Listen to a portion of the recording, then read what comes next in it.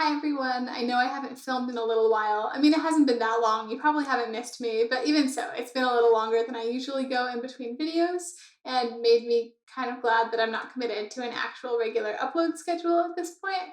But basically, this past week, I just started getting a lot more into work. And even though I did have the time to film, I just didn't really have the mental space, honestly. Like, I just wasn't really in the mood to be relaxed in front of a camera when I was basically running around stressed and doing emails and stuff like that. So I thought today I would do a tag to sort of try to get myself back into the zone of being excited about books and being a little more relaxed and being the person I want to be on camera instead of being the really like wound up lectury person that I can turn into sometimes. So today I'm going to do the get to know the fantasy reader tag and hopefully it'll be fun. This is something I've just seen a few people do recently, and I thought it would be a good choice as something to just kind of get back into the filming zone with. So, our first question is, what is your fantasy origin story? AKA the first fantasy novel you read. Honestly, I don't even really know because I feel like even as a small kid, the things that I liked were really, I guess I would call them kind of fantasy adjacent. I loved Greek mythology. I was really into King Arthur, Robin Hood, stuff like that. So I feel like I read a ton of that stuff, both for kids and then eventually in the original. So I feel like I've kind of always been a fantasy fan, like since I was reading. I remember some of the really early stuff I read, like pretty early in elementary school. I found books by Mercedes Lackey in the library. I read some Marion Zimmer Bradley, David Eddings, and I think later in elementary school, I started getting more into Dragonlance and things like that. I think I read some Terry Brooks, like The Sword of Shannara. Most of these things, maybe all of these things, are not books I would recommend now at all. But when you're that age and you're just really excited, you like anything basically. I don't even remember which one of these books I really might have read first. And I also definitely did read some fantasy books that were more middle grade or geared towards kids. Like I remember really enjoying Diana Wynne Jones at elementary school age as well. Harry Potter was only coming out, like barely just coming out in the US when I was, I think, like 8 or 9 years old, and I was already reading a lot of adult fantasy by then. So I actually, while I enjoyed Harry Potter as a kid, I actually didn't really get into Harry Potter until I was in my teens, like around when book 5 came out. I think I was around 13. So this is a little different. I think a lot of my generation really got into fantasy and things like that with works like Harry Potter and even like Aragon, and I was just a little bit ahead of the curve in that regard.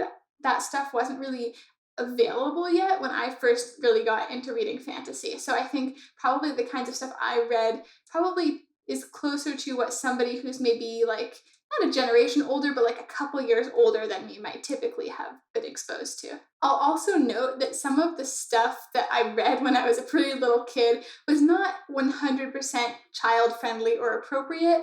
But I don't think it scarred me for life too badly, and I'm actually really grateful that my parents basically let me read whatever I wanted. And honestly, I was reading so much as a kid that they would not have had time to like censor that. So, I was kind of a weird kid, but it worked out, I think. On to question number 2.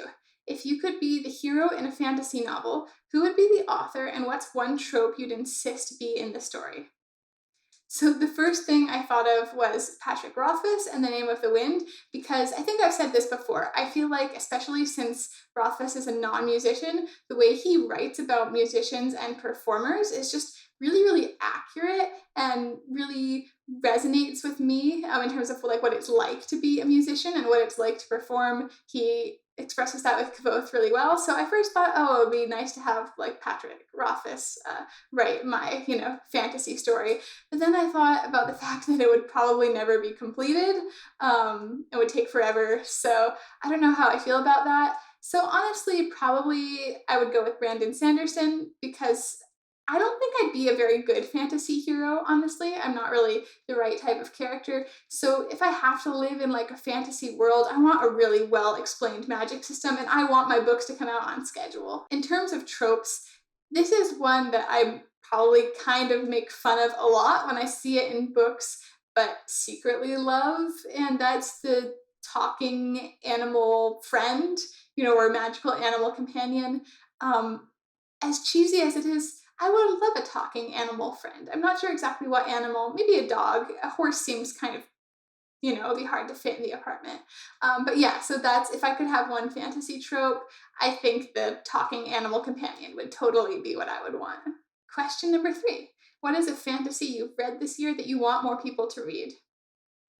I feel like that's actually kind of a hard question because I feel like some of the things that are really underrated that I've read, I'm also really aware that not everybody is going to enjoy. So I do want more people to read them because then I can talk about them with more people, but that also seems kind of mean because I don't want people to read it if they won't enjoy it.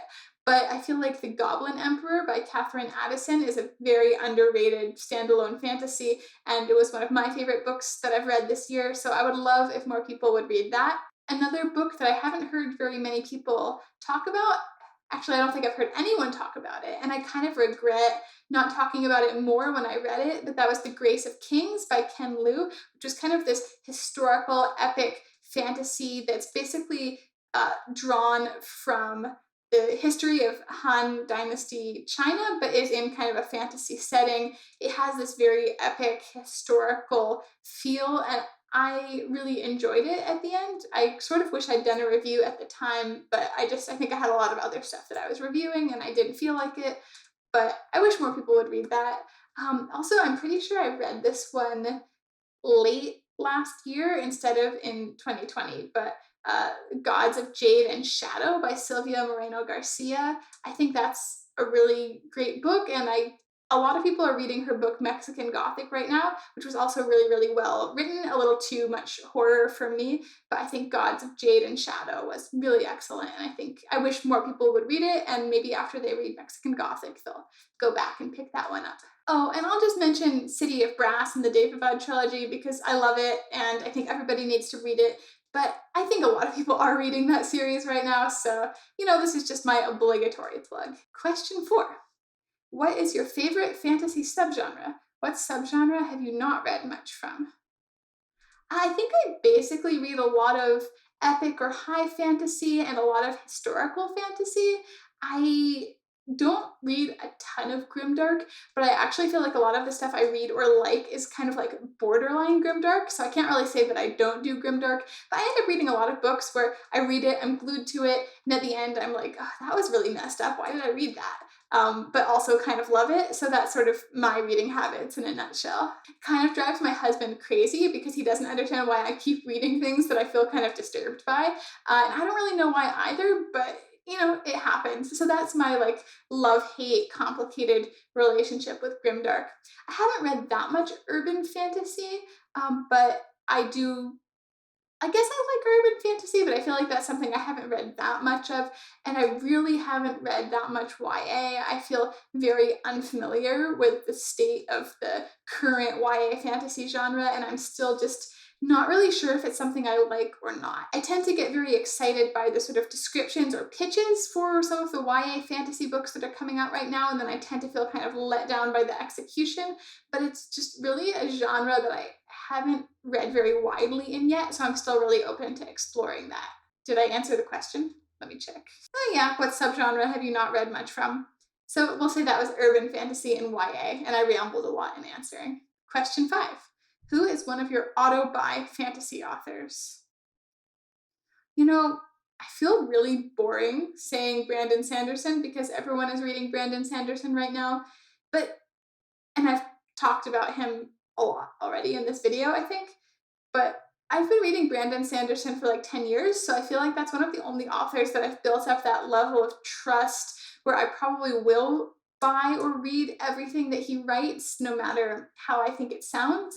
There's a lot of other authors that I really like, but because I just don't have that long history of reading their works, I may or may not read their new releases depending on my interest level. Question 6. How do you typically find fantasy recommendations? My main way actually used to be looking at Locus Magazine, which is kind of like a fantasy industry magazine, I guess. I'll post a link down below if you're curious. They do a list of new releases every week, as well as a list of new and notable fantasy releases every month. So I used to sort of go on there and check out what was new.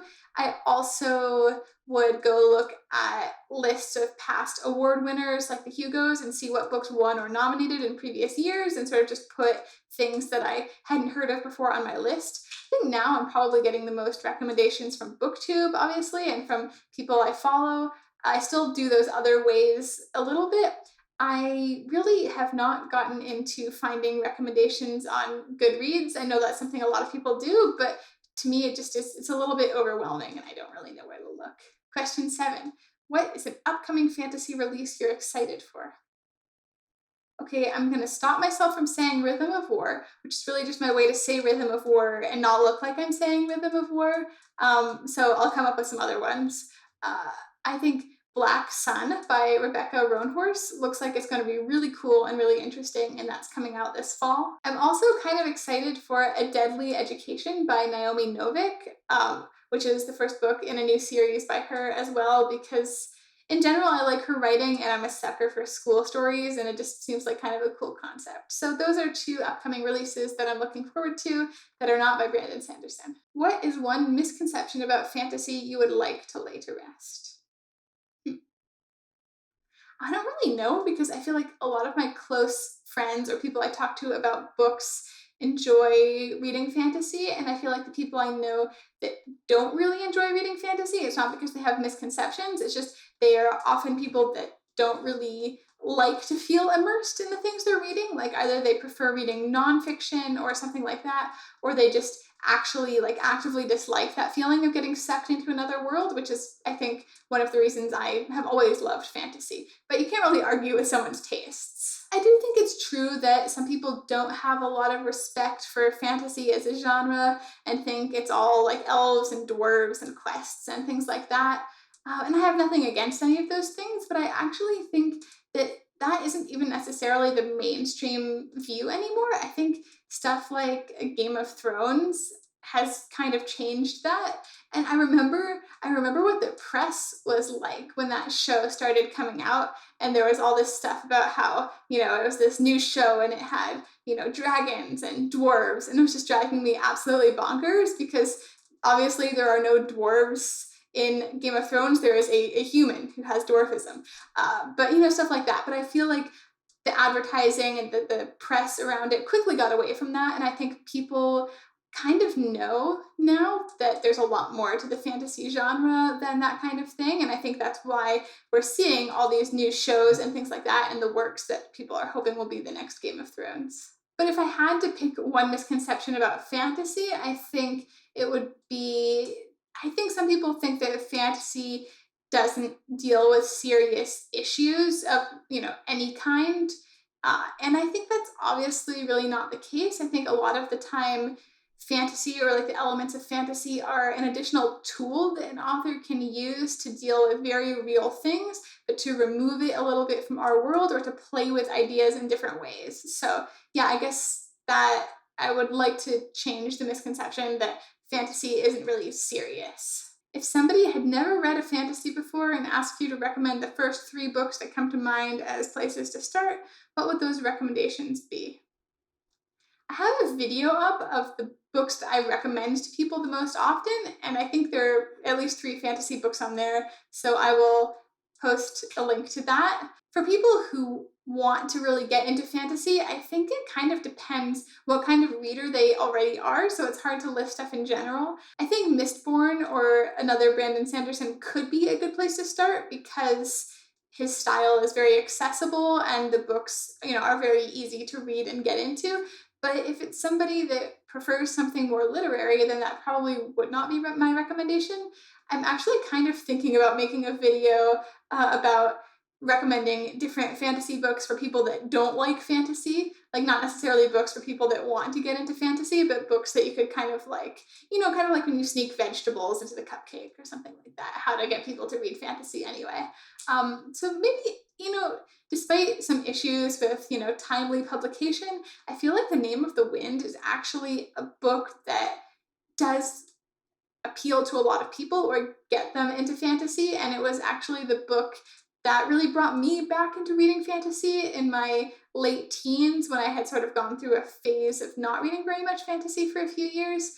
Other than that, I actually feel like Good Omens by Terry Pratchett and Neil Gaiman, which is not high fantasy whatsoever. It's very funny. I think that's a really fun book, and a lot of people would like it, whether they are fantasy readers or are looking to be fantasy readers or not. Question 10.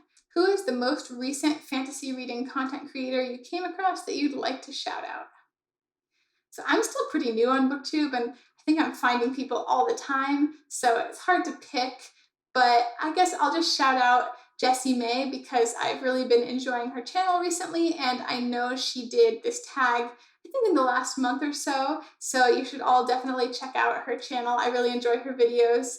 And I'll also mention someone else I found recently who is a musical bookworm. We realized that we were both professional musicians and kind of in the same geographic area. So that was a really fun coincidence that we realized. And she makes really great videos. She also reads a lot of fantasy, so you should check out her channel as well. Thanks so much for watching, guys. I'm way too shy to actually tag anyone, but if this is a tag you'd like to do, by all means, consider yourself tagged. I hope you had fun. This was definitely a nice way for me to unwind from some of the stresses of the past week and just make a fun video, so I hope you enjoyed it.